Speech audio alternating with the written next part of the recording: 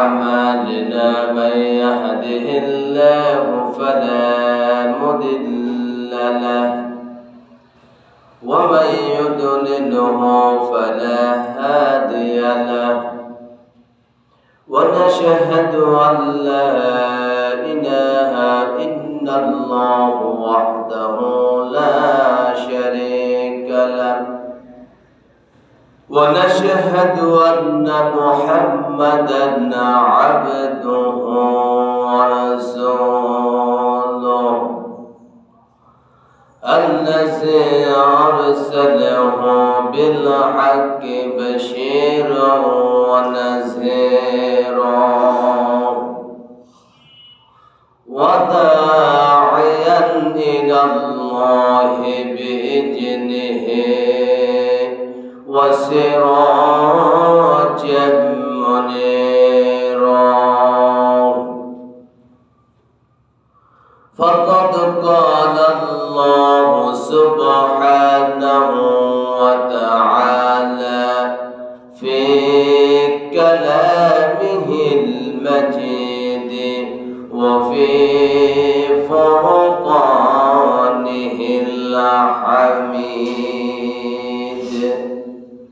أعوذ بالله من الشيطان الرجيم بسم الله الرحمن الرحيم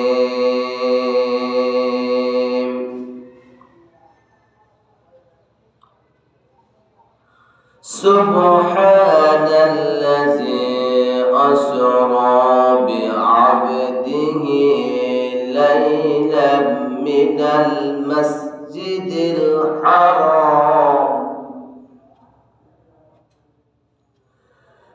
المسجد الحرام إلى المسجد الأقصى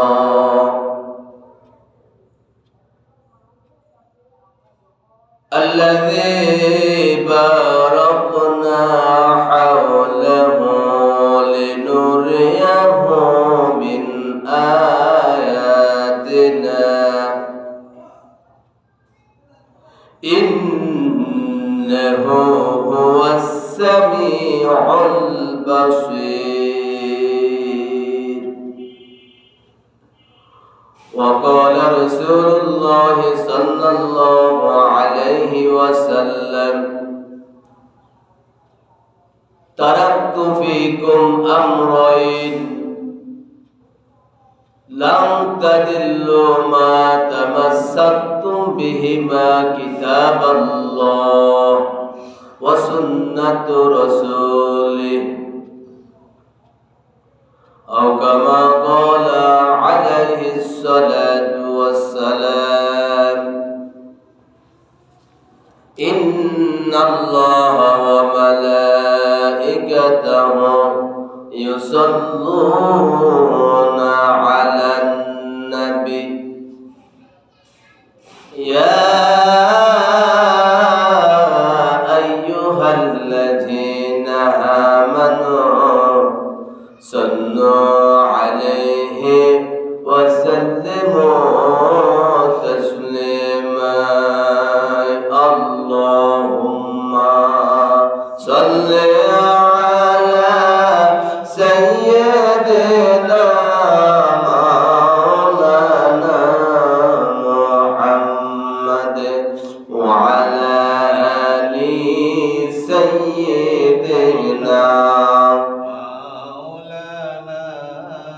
اللهم صل على سيدنا مولانا محمد وعلى آل سيدنا مولانا محمد رجب شبانه বরকত দাও রজব শাবানে বরকত দাও রমজান মাসে গুনাহ সারাও। সত্তাও জোরে তুমি বরকত দাও, জুমার দিনেতে গুনাহ সারাও। আল্লাহুম্মা সাল্লি আলা সাইয়্যিদিনা মাওলানা মুহাম্মদ ওয়া আলা আলি সাইয়্যিদিনা মাওলানা মুহাম্মদ। রাসূল আমার ভালোবাসা, রাসূল আমার আলো আশা, রাসূল আমার প্রেম বিরহের মূল আলোচনা। রাসূল আমার কাছে কর্মে অনুপ্রেরণায়। আল্লাহুম্মা সাল্লি আলা সাইয়্যিদিনা মাওলানা ওয়া আলা আলি সাইয়্যিদিনা মাওলানা মুহাম্মদ। লা ইলাহা ইল্লাল্লাহ, লা ইলাহা ইল্লাল্লাহ, লা ইলাহা ইল্লাল্লাহ, লা ইলাহা ইল্লাল্লাহ, লা ইলাহা ইল্লাল্লাহ, লা ইলাহা ইল্লাল্লাহ, লা ইলাহা ইল্লাল্লাহ, লা ইলাহা ইল্লাল্লাহ, লা ইলাহা ইল্লাল্লাহ মুহাম্মাদুর রাসূলুল্লাহ সাল্লাল্লাহু আলাইহি ওয়াসাল্লাম। আলহামদুলিল্লাহ, আল্লাহ পাক রব্বুল আলামিনের কাছে লাখ কোটি শুকরিয়া যে মনিব আপনাকে আমাকে আজকে পবিত্র ইয়াউমুল জুমআ এই জান্নাতের বাগানের মধ্যে আসা এবং বসার তৌফিক দান করেছেন। আমরা সেই মহান মনিবের দরবারে শুকরিয়া আদায় করি আলহামদুলিল্লাহ। সম্মানিত উপস্থিতি, সম্মানিত মুসল্লিয়ানে কেরামগণ, আমরা সবাই মুসলমান। আমাদের ধর্মের নাম ইসলাম। আমরা সবাই আদি পিতার সন্তান, মা হাওয়া আলাইহিস সালাতু ওয়াস সালামের সন্তান। আমাদের কাজ হচ্ছে আযানের সাথে সাথে মসজিদে যাওয়া, নেক আমলগুলো বেশি বেশি করে পড়া, অন্যায় থেকে অন্যায়মূলক কাজগুলো থেকে দূরে থাকা, সৎ পথে চলা, অসৎ পথ থেকে নিষেধ থাকা। এই হচ্ছে মুসলমানদের কাজ, ঈমানদার বান্দাদের কাজ, মুত্তাকি ব্যক্তিদের কাজ। সম্মানিত উপস্থিতি, আমরা যে মাসে আগমন করছি, বর্তমান আরবিতে এই মাসের নাম হচ্ছে রজব মাস। আর আজকে রজব মাসের 19 তারিখ। কয় তারিখ? 19 তারিখ। রজবের পরে শাবান মাস, শাবানের পরে পবিত্র মাহে রমাদান মাস। আর মাঝখানে 1 মাস আছে। কয় মাস? 1 মাস। তারপরে আমাদের পবিত্র মাহে রমাদান মাস। আর এই রজব মাস থেকে আমরা পবিত্র মাহে রমাদান মাসের জন্য প্রস্তুতি নেব। আল্লাহ রাসূল সাল্লাল্লাহু আলাইহি ওয়াসাল্লাম বলেছেন, ওই ইমানদার বান্দারা যখনই রজব মাস তোমাদের সামনে আগমন করবে, তখনই রজব মাস থেকে তোমরা পবিত্র মাহে রমাদান মাসের জন্য হায়াত বৃদ্ধির জন্য দোয়া করো। কি দোয়া? আল্লাহুম্মা বারিক লানা ফি রজব ওয়া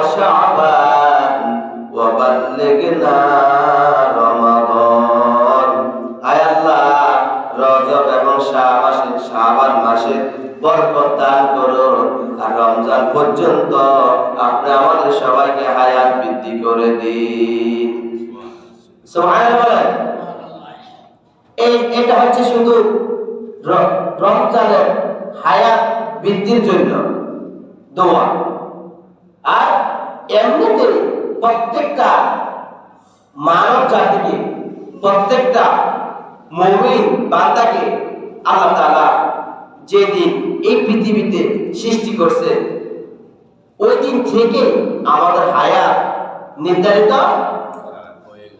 হয়েছে।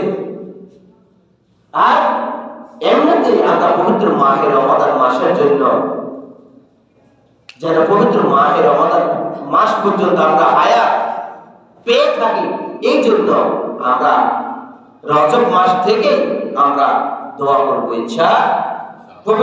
প্রিয় ভাইরা, আজকে আমি যে বিষয় নিয়ে আলোচনা করব, এই পবিত্র রজব মাসে যে 27 তারিখ, আমরা এটাকে বলি 27, আমাদের দেশে কি বলি 27, অর্থাৎ শবে মেরাজ। শবে মেরাজ, এই শবে মেরাজে আল্লাহ তাআলা আল্লাহ রাসূলকে কিছু উপদেশমূলক শিক্ষা দিয়েছেন, কিছু উপদেশমূলক শিক্ষা দিয়েছেন, 14টি শিক্ষা দিয়েছেন। কয়টি শিক্ষা? এই রজব মাসের 27 তারিখে আল্লাহ তাআলা আল্লাহ রাসূলকে 14টি শিক্ষা দিয়েছেন। আর আল্লাহ রাসূলকে আল্লাহ তাআলা বলছেন যে এই শিক্ষাগুলো মানুষের মাঝে পৌঁছিয়ে দাও। বাল্লিগু আন্নি ওয়ালাউ আয়া, আমার পক্ষ হতে একটি বাণী হলো মানুষের কাছে পৌঁছিয়ে দাও। ওই শিক্ষাগুলো আপনাদের মাঝে আজকে আলোচনা করব ইনশাআল্লাহ। তার আগে আমি শুরুতে পবিত্র কোরআন থেকে আমি যে বনি ইসরাইলের আমি যে আয়াতটি পড়েছি, ওই আয়াতটি এখন আপনাদের মাঝে আবারও পড়ব ইনশাআল্লাহ। আল্লাহ তাআলা বলেন, সুবহানাল্লাযী ইয়াসরা বিআবদিহি লাইলান মিনাল মাসজিদিল হারাম ইলাল মাসজিদিল আকসা। আল্লাহ তাআলা বলেন, পবিত্র মহিময় তিনি, যিনি তার বান্দাকে রাতে ভ্রমণ করিয়েছিলেন মসজিদুল হারাম থেকে মসজিদুল আকসা পর্যন্ত।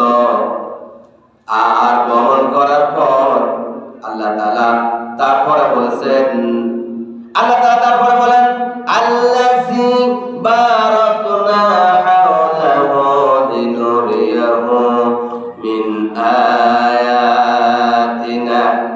আল্লাহ তাআলা মসজিদুল হারাম থেকে মসজিদুল আকসা পর্যন্ত আল্লাহ নবীকে ভ্রমণ করিয়েছিলেন, যার পরিবেশ আমি করেছিলাম বরকতময়। মসজিদুল হারাম থেকে মসজিদুল আকসা পর্যন্ত এটাকে বরকতময় করেছেন কে? আল্লাহ তাআলা। কে করেছেন? তাকে আমার নির্দেশ দেখানোর জন্য, তাকে আমার দেখানোর নির্দেশগুলো দেখার জন্য আমি বরকতময় করেছিলাম। অর্থাৎ আল্লাহ তাআলা মসজিদুল হারাম এবং মসজিদুল আকসা, এই যে দুইটা মসজিদের নাম, দামি দামি মসজিদের নাম, এই মসজিদকে আল্লাহ তাআলা বরকতময় করেছিলেন। আর এই বরকতময়টা কেবলমাত্র শুধুমাত্র একজন দেখছেন, তিনি কে? আমাদের নবী। কে দেখছেন? আমাদের নবী। আল্লাহ সৃষ্টি করছেন আর দেখছেন কে? আমাদের নবী। যে কেমন বরকতময় মসজিদগুলো আমি তৈরি করেছি দেখো। এই কারণে আল্লাহ নবী বলেন, কেউ যখন মক্কা থেকে যখন 1 রাকাত নামাজ পড়বে, এক রাকাতের নামাজের বিনিময়ে আমি আল্লাহ তাআলা তার আমলনামার মধ্যে 1 লক্ষ রাকাতের নামাজের সওয়াব দান করব। সুবহানাল্লাহ। আল্লাহ নবী বলেন, কেউ যখন মদিনায় গিয়ে 1 ওয়াক্ত নামাজ পড়বে, 1 রাকাতের বিনিময়ে আমি আল্লাহ তাআলা 50 ওয়াক্ত নামাজের সওয়াব দান করব। সুবহানাল্লাহ বলেন। আল্লাহ নবী বলেন, কেউ যখন মসজিদুল আকসা অর্থাৎ ফিলিস্তিনে যে মসজিদটা করা হয়েছে, ওই মসজিদুল আকসা, ওই মসজিদে কেউ যখন আল্লাহর কোন মুমিন বান্দা যখন এক ওয়াক্ত নামাজ পড়বে, এক ওয়াক্ত নামাজের বিনিময়ে আল্লাহ তাআলা তার আমলনামার মধ্যে 50,000 ওয়াক্তের নামাজের সওয়াব দান করবে। সুবহানাল্লাহ। সেই মসজিদুল আকসা মসজিদে ফিলিস্তিনের ইহুদিরা, খ্রিস্টানেরা কি চক্রান্ত করতেছে আপনারা নিজেই দেখতেছেন। হাজার হাজার লক্ষ লক্ষ আমাদের মুসলমান ভাইদের তাজা প্রাণ চলে গেছে এই মসজিদুল আকসা, এই মসজিদকে রক্ষণাবেক্ষণ করার জন্য। এই মসজিদকে রক্ষণাবেক্ষণ করার জন্য হাজার হাজার লক্ষ লক্ষ মুসলমান ভাইদের তাজা প্রাণ চলে গেছে। এইখানে আমার প্রিয় ভাইরা, মসজিদুল আকসা, মসজিদুল হারাম থেকে মসজিদুল আকসা, এই মসজিদগুলো আল্লাহ তাআলা বরকতময় করেছেন কেবলমাত্র শুধুমাত্র ইবাদত করার জন্য। কি করার জন্য? দামি দামি মসজিদ, এত সুন্দর সুন্দর মসজিদ গুলো আল্লাহ তাআলা তৈরি করে দিয়েছে প্রত্যেকটা মুমিন বান্দারা যেন এখান থেকে যেন শিক্ষা গ্রহণ করতে পারে, নেক আমলগুলো করতে পারে, মসজিদে এসে যেন তারা যেন সিজদাগুলো যেন তারা দিতে পারে। আল্লাহ তাআলা বলেন ওয়াসজুদু ওয়াকতারি, সিজদা দাও আর আমার নিকটবর্তী হয়ে যাও। সুবহানাল্লাহ বলেন। এখানে আমার প্রিয় ভাইরা, এক একটা সিজদার এত দাম, এত দাম, এত দাম। এই দুনিয়াকে যদি 27 মাস 7 জমিনকে যদি এক পাল্লা যদি রাখা হয়, আর মসজিদে এসে যদি একটা যদি সিজদা দেন, একটা সিজদার সমতুল্য কোনোদিন হবে না।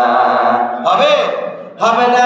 এই কারণে প্রিয় ভাইরা, আল্লাহ তাআলার কাছে সবচেয়ে উত্তম জায়গা হলো মসজিদ, সম্মানিত জায়গা হলো মসজিদ, সবচেয়ে নিকৃষ্ট জায়গা হলো দোকানপাট, বাজার, মার্কেট। দোকানপাটে সময় কম দিয়ে আল্লাহর ঘর মসজিদে বেশি বেশি করে সময় দিবে। হাদিসে রাসূল বলেন আহাব্বুল বিলাদি ইলাল্লাহি মাসাজিদুহা ওয়া আবগাতুল বিলাদি ইলাল্লাহি আসওয়াকুহা। আল্লাহ তাআলার নিকট সবচেয়ে উত্তম জায়গা, উত্তম স্থান হলো মসজিদ, এবং সবচেয়ে নিকৃষ্ট জায়গা হলো বাজার, মার্কেট, দোকানপাট। প্রিয় ভাইরা, আপনার যাবতীয় যা কিছু প্রয়োজন সেরে ওখানে না থাকায় সবচেয়ে বেটার, বেস্ট। আপনার কাজ সম্পন্ন হয়ে গেছে, আবার আপনি ঘরে চলে আসুন, নিজের স্থানে চলে আসুন। তবে সবচেয়ে উত্তম জায়গা হলো মসজিদ। দোকানে পাটে ঘরে কম সময় দিয়ে আল্লাহর মসজিদে বেশি বেশি করে যদি সময় দেন, তাহলে সবচেয়ে উত্তম বান্দা হচ্ছেন আপনি। আপনি কার কাছে? আল্লাহর কাছে। কার কাছে? আল্লাহর কাছে।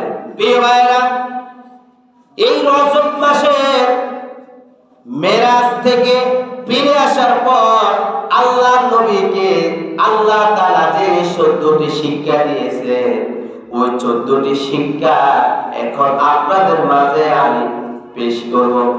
আল্লাহর নবীকে আল্লাহ তাআলা 27শে রজব অর্থাৎ মেরাজের রাত্রে যে শিক্ষাগুলো দিয়েছেন, যে গুণাবলীগুলো দিয়েছেন, 1 নম্বর আল্লাহ তাআলা আল্লাহর নবীকে বলেছেন আল্লাহর সাথে কাউকে শরীক করা যাবে না।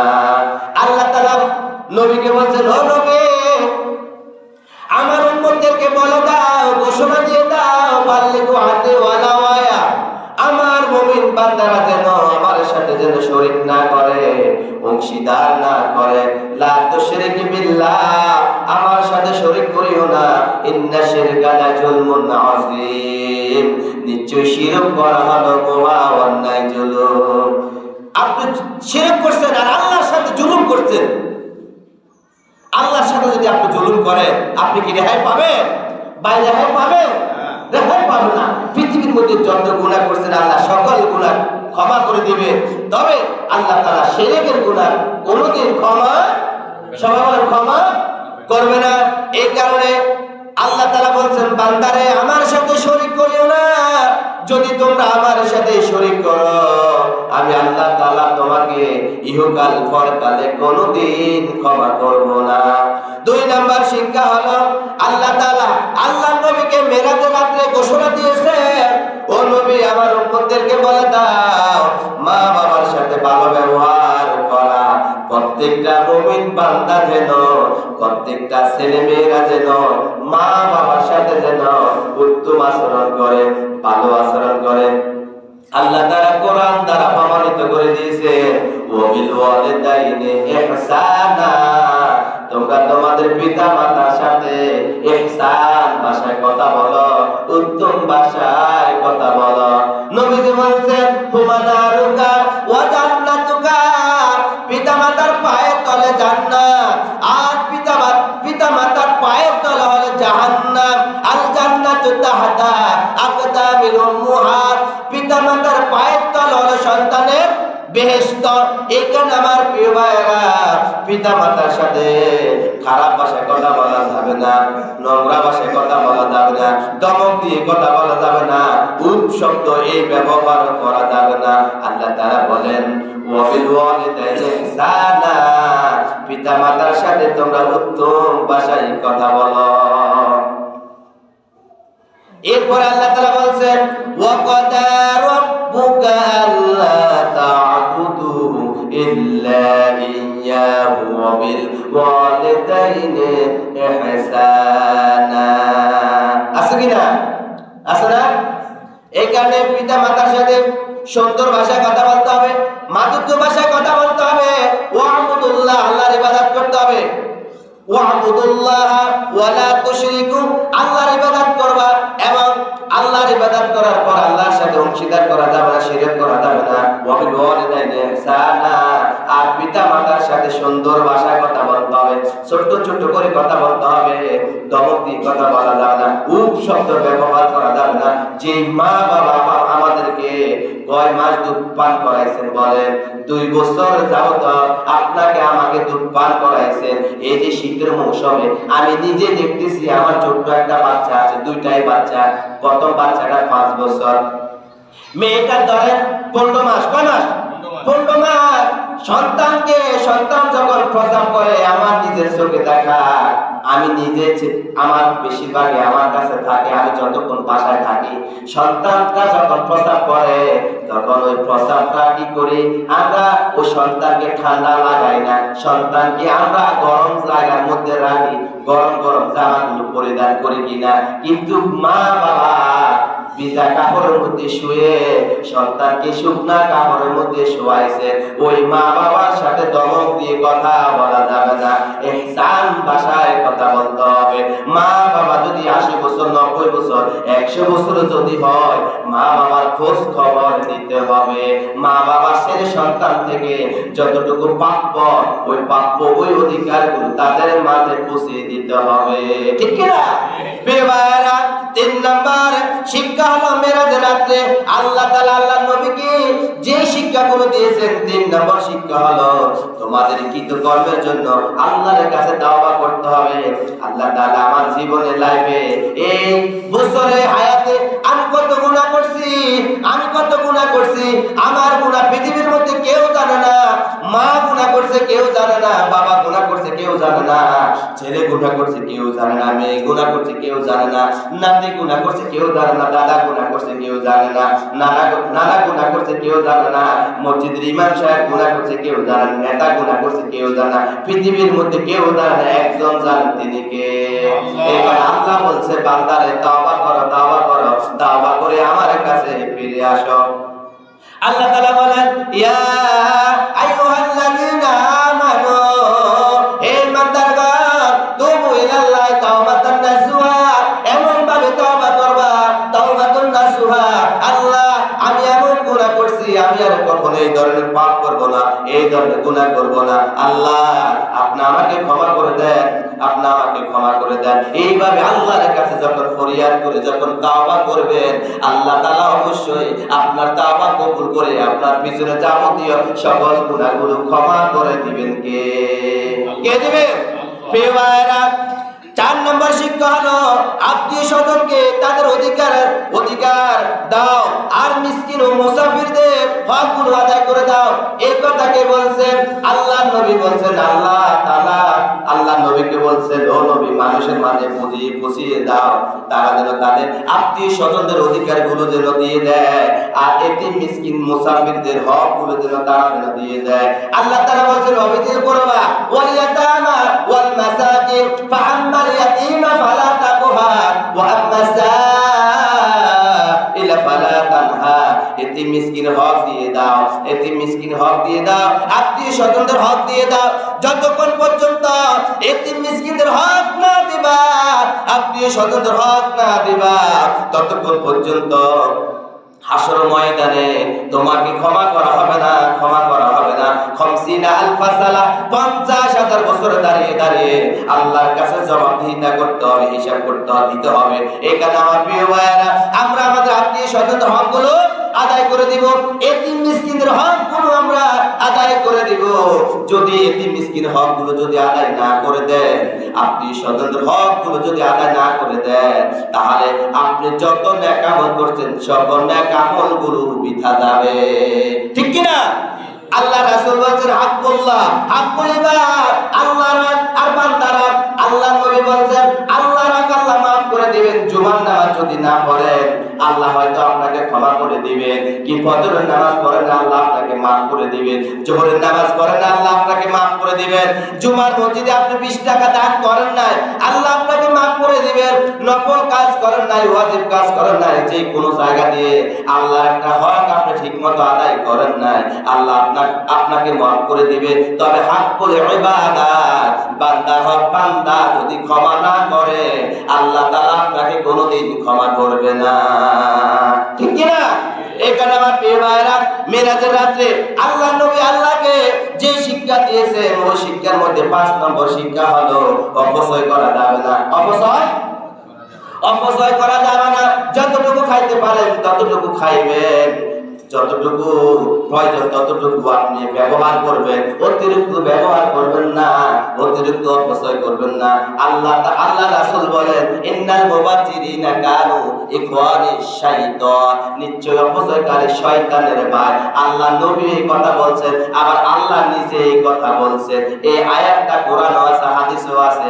এখানে আমার প্রিয় ভাইরা, অপচয় যিনি করবে উনি হচ্ছেন শয়তানের সবাই কথা বলেন না কেন? শয়তানের ভাই। এখানে অপচয় করা যাবে না, অপচয় করা যাবে না। এখানে আমার প্রিয় ভাইরা 6 নম্বর শিক্ষা হলো হকদারের হক আদায়। তুমি যদি অপসমর্থ হও তাহলে তাদের সাথে অত্যন্ত নম্রভাবে কথা বলো। অর্থাৎ আপনার কাছ থেকে যারা হক পাবে তাদের হকগুলো যদি আপনি যদি আদায় না করতে পারেন, তাদের সাথে সুন্দর ভাষায় কথা বলবেন, নরম ভাষায় কথা বলবেন। আপনি হক দিতে পারেন না, বরং আপনি তার সাথে ধমক দিয়ে চোখ রাঙিয়ে কথা বলেন, এমন কথা বলা যাবে না। যাবে? আপনি হক তো দিতে পারেন না, বরং আরো ধমক দিয়ে কথা বলেন না, নরম ভাবে কথা বলবেন। ভাইয়া দেখেন, আমি তো আপনার কাছ থেকে 5,000 টাকা ধার নিছি, আমি আপনাকে তারিখ দিছি যে টাকা নিছি 1 তারিখে, 10 তারিখে দেওয়ার কথা, 20 তারিখ হয়ে গেছে, ভাই সরি ভুল হয়ে গেছে, ভাইয়া দিব ভাইয়া, টেনশন করিয়েন না। এইভাবে সুন্দর ভাষায় কথা বলতে হবে যে ভাই আপনি তো আমার কাছ থেকে জমি পাও না, ঠিক আছে, আমরা কাগজপত্র সবকিছু অ্যাকুরেট করে নি, আপনার জমি আপনি পাবেন, টেনশন করিয়েন না। তাকে সান্ত্বনা দেন, আরে ভাই জায়গা জমি সব দ্বন্দ্ব সব থাকবে, আপনি আমি পৃথিবী থেকে সবাই চলে যেতে হবে।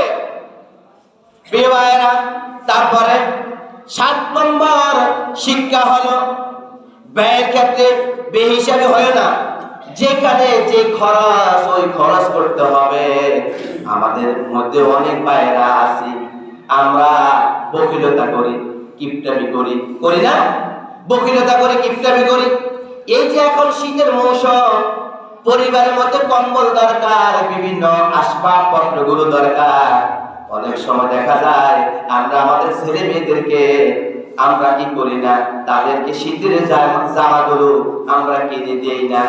যে গরম জামাগুলো আছে ওই গরম জামাগুলো আমরা আমাদের মা বাবাকে দেই না, দাদা দাদিকে দেই না, ছেলে মেয়েকে দেই না, নিজে ভালো ভালো একটা গরম জামা ব্যবহার করি না। কিন্তু ব্যাংকের মধ্যে লক্ষ লক্ষ টাকা জমা আছে নাকি নাই? আছে না? আছে।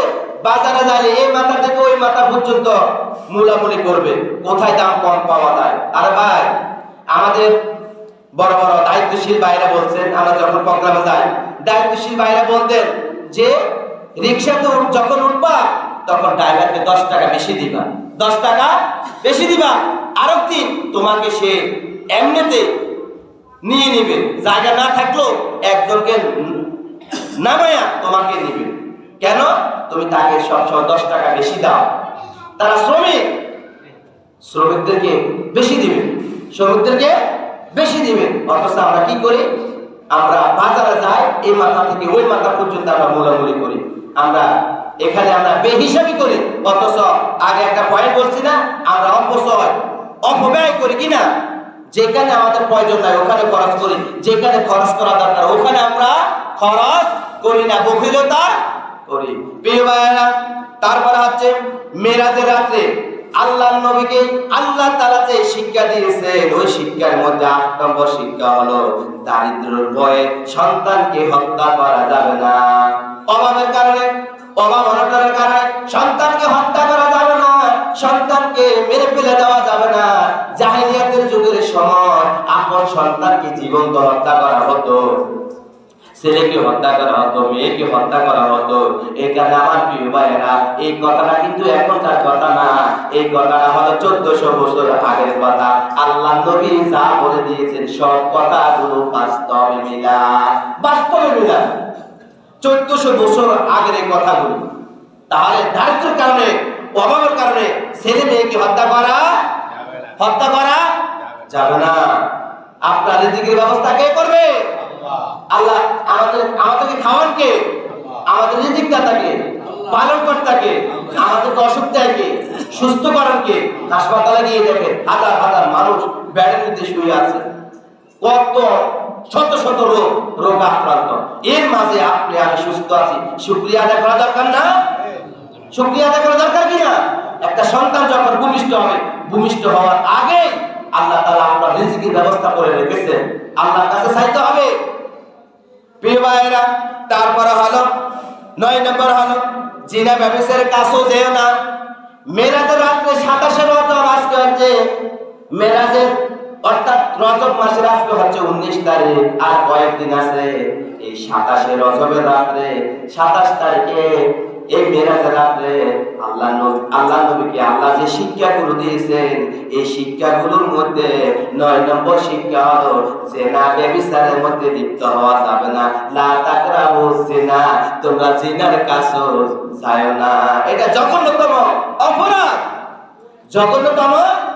ছেলের বিয়ের বয়স হয়েছে, ছেলেকে বিয়ে করে দাও। মেয়ের বিয়ের বয়স হয়েছে, মেয়েকে বিয়ে দিয়ে দাও। ঠিক আছে না? আমাদের দেশের অনেক বাইরে আছে, ছেলে কামাই রোজগার বিয়ে করায় লাভ নাই। আর ভাই, ছেলে তো জঘন্যতম জেনার কাজ করতেছে। ছেলে যতক্ষণ পর্যন্ত এই গুনাহের কাজ করবে, তখন এই গুনাহের কাজগুলো, বদ আমলগুলো প্রত্যেকটা মা বাবার আমলের মধ্যে যোগ করা হবে। প্রিয় ভাইয়েরা, ছেলে মেয়ে যখন বিয়ের উপযুক্ত হবে, বিয়ে দিয়ে দিতে হবে। আর যুবক যুবতীরা, তোমরা যারা আছো, জিনার কাছে যাওয়া যাবে না। লা তাকরাবু জিনা, তোমরা জিনা করিও না, জিনা করিও না। জিনা করা হলো মহান্যায় কাজ, খারাপ কাজ, নোংরামি কাজ। আল্লাহ নবী কখনো এই সমস্ত কাজ করেন নাই। করেন নাই। প্রিয় ভাইরা, তারপরে হলো কোন জীবনকে অন্যায়ভাবে হত্যা করা। অর্থাৎ কোন একটা প্রাণী, ধরেন একটা পাখি আপনার ঘরে এসেছে, আপনার ঘরে একটা পাখি এসেছে, ওই পাখিটাকে আপনি হত্যা করতে পারবেন না। প্রত্যেকটা মানব জাতির এক একটা প্রাণ আছে নাকি নাই? আপনার যেরকম একটা প্রাণ আছে, একটা গরুর প্রাণ আছে, মুরগির প্রাণ আছে নাকি নাই? জীবন আছে নাকি নাই? একটা পিপিলিকার জীবন আছে নাকি নাই? একটা পাখির জীবন আছে নাকি নাই? প্রত্যেকটা প্রাণীর জীবন আছে। এই কারণে কোনো প্রাণীকে অন্যায়ভাবে হত্যা করা যাবে না। ধরেন একটা সাপ দেখছেন, ওই সাপটা যদি আপনাকে যদি ক্ষতি না করে, ওই সাপটা কি মারা যাবে? মারা যাবে না। প্রিয় ভাইরা, এখানে অন্যায়ভাবে কোনো প্রাণীকে হত্যা করা যাবে না। এটা কার কথা? আল্লাহর নবীর কথা। তারপরে হলো এতিমের সম্পদ, তার কাছেও যাওয়া যাবে না। বাবা মারা গেছে অথবা মা মারা গেছে, তারা কিন্তু এখন এতিম হয়ে গেছে। পৃথিবীর মধ্যে এখন আল্লাহ ছাড়া তাদের আর কেউ নাই। আছে, কিন্তু তাদের রেখে যাওয়া কিছু সম্পদ আছে। ওই সম্পদগুলো যদি চাচা যদি বক্ষণ করে, অথবা স্বাস্থ্য ভাই নেতা, জ্যাঠাতো ভাই ধরেন নেতা, ধরেন বড় ভাই নেতা পরিবারের, এখন কি করছে? ওই ছোট ভাইয়ের জমিনগুলো, ছোট বোনের জমিনগুলো কি করে তারা আত্মসাৎ করে। এতিমের সম্পদগুলো যে আপনি আত্মসাৎ করতেছে, এটা তো আপনি জঘন্যতম অন্যায় করতেছে। ঠিক কি না বলেন? এখানে এতিমের সম্পদ কি করা যাবে না, নষ্ট করা যাবে না। এতিমের হক নষ্ট করা যাবে না। যাবে? প্রিয় ভাইরা, তারপরে হলো ওজনে কম দেওয়া যাবে না। ওজনে কম দেওয়া যাবে না। দেখছেন নি 1400 বছর আগে আল্লাহ তাআলা আল্লাহ নবীকে যে কথাগুলো বলে দিয়েছে, ওই কথাগুলো এখন পর্যন্ত রহিত আছে নাকি নাই? বুখারী, মুসলিম, ইবনে মাজাহ, নাসাই শরীফে এই যে 66টা 6টা হাদিস, এই হাদিসের মধ্যে সকল কথাগুলো একদম বর্ণে একদম সুন্দরভাবে তৈরি করা আছে নাকি না? আছে। এখানে আমার প্রিয় ভাইরা, আমরা যারা ব্যবসা বাণিজ্য করি, ওজনে কম দেওয়া যাবে না। বরং 10 গ্রাম 5 গ্রাম 2 গ্রাম বেশি দিবেন, কম দিবেন না। আমাদের মধ্যে যারা ব্যবসা বাণিজ্য করে, অনেক সময় দেখা যায় ওজনে কম দেয় কিনা। এই যে আপনি হক নষ্ট করতেছেন, বান্দার হক, এই বান্দার হক নষ্ট করার কারণে, ওজন কম দেওয়ার কারণে আপনি কখনো কোনো দিন জান্নাতে যেতে পারবেন না, জান্নাতের সুগারান পাবেন না। ঠিক আছে প্রিয় ভাইরা? তারপরে হলো যে বিষয় তোমার জ্ঞান নেই, ওই বিষয়গুলো নিয়ে আলোচনা সমালোচনা না করা সবচেয়ে উত্তম। ধরেন আপনি একটা সাবজেক্ট নিয়ে কথা বলতেছেন দোকানের সামনে বসে বসে, কিন্তু গায়ে সাবজেক্টের বিষয় আপনার কোনো জ্ঞান নাই। কি প্রিয় ভাইরা, যে বিষয় আপনার জ্ঞান নাই, ওই বিষয় নিয়ে দোকান হোক, মসজিদ হোক, যে কেন হোক, এই বিষয় নিয়ে আলোচনা সমালোচনা না করা সবচেয়ে উত্তম। তারপরে হলো জমিনে অহংকারী করা যাবে না। প্রিয় ভাইয়েরা, সর্বলাস্ট পয়েন্ট হচ্ছে মিরাজের রাতে আল্লাহ তাআলা আল্লাহ নবীকে যে শিক্ষাগুলো দিয়েছে, ওই শিক্ষাগুলোর মধ্যে সর্বলাস্ট পয়েন্ট হচ্ছে এই পৃথিবীতে আপনি আমি দুনিয়াতে যতদিন বেঁচে থাকি, কোনোদিন কখনো আমরা অহংকার করব না, অহংকার ভাবে চলাফেরা করব না। পৃথিবীর মধ্যে একজন অহংকার করতে পারেন, তিনি কে? আপনার নবী, আমার নবী, পেয়ারা নবী, বিশ্ব নবী মুহাম্মদ রাসূলুল্লাহ সাল্লাল্লাহু আলাইহি ওয়াসাল্লাম কোনদিন কখনো অহংকার করে নাই। করছে? আপনি যদি কোটি টাকার মালিক হন, রাজা বাদশাহ যদি হন, তারপর অহংকার করতে পারবেন না। সকালে বাচ্চা, বিকালে ফকির, বিকালে বাচ্চা, সকালে ফকির। এই সকালে বাচ্চা কে বানাইছেন? বিকালে ফকির কে বানাইছেন? সে আল্লাহ আছে নাকি নাই? কিছুদিনের জন্য নাকি? না, আল্লাহ থাকবে। আল্লাহর কোনো ছেলে নাই, মেয়ে নাই, আল্লাহর কোনো খাওয়া দাওয়া নাই, কোনো ঘুম নাই। আল্লাহ যেভাবে আছে ওইভাবেই থাকবেন। কিন্তু আপনি আর আমি পৃথিবী থেকে সবাই একদিন চলে যেতে হবে। আমরা হচ্ছি মাটির ঘর, মাটির সাথে আমার মিশে যেতে হবে। মিনহা খলাকনাকুম ওয়া ফিহা নুঈদুকুম ওয়া মিনহা নুখরিজুকুম তারাতান উখরা। আল্লাহ তাআলা আপনাকে আর আমাকে এই মাটি থেকে সৃষ্টি করেছে। আমাদের হায়াত যখন শেষ হয়ে যাবে, এই মাটির সাথে আমরা আবার সবাই মিশে যেতে হবে। আপনার সাথে জায়গা জমি দন দৌলত কোনো কিছুই যাবে না, যাবে শুধু আপনার সাদা কাপড়। এই কবরের মধ্যে যখন রাখা হবে, তখন আপনার পুরো শরীরটা ভিজে যাবে। অথচ শীতের মৌসুম, আমাদের এক একজন গায়ের মধ্যে কত ধরনের আমরা শীতের জামাগুলো পরিধান করতেছি। ঠিক কিনা বলেন? এখানে আমার প্রিয় ভাইরা, আসুন একদম শেষ, আল্লাহ তাআলা আল্লাহ নবীকে মেরাজের রাতে যে শিক্ষাগুলো দিয়েছে ওই শিক্ষাগুলো প্রত্যেকটা নবী সাহাবী আদায় করছেন, পালন করছেন। ওই শিক্ষাগুলো আপনি আর আমি যতটুকু পারি আমরা তো ধরেন গুনাহগার বান্দা, সেকেন্ডের মাথায় মিনিটে আমরা গুনাহ করি, তারপরও আমরা চেষ্টা করব এই শিক্ষাগুলো যেন কিছুটা হলো যেন আপনি আর আমি যেন আমল করতে পারি। আল্লাহ তাআলা আমাদের সবাইকে আজকের এই আলোচনাটুকু থেকে আমল করার তৌফিক দান করুন। হাযা মা ইনদি ওয়া লিল ইনদাল্লাহ আলাইহি তাওয়াক্কালতু ওয়া ইলাইহি উনীব। আসসালামু আলাইকুম ওয়া রাহমাতুল্লাহি ওয়া বারাকাতুহু। যারা পরে এসেছেন সালাত কাবলা জমা নামাজ আদায় করুন।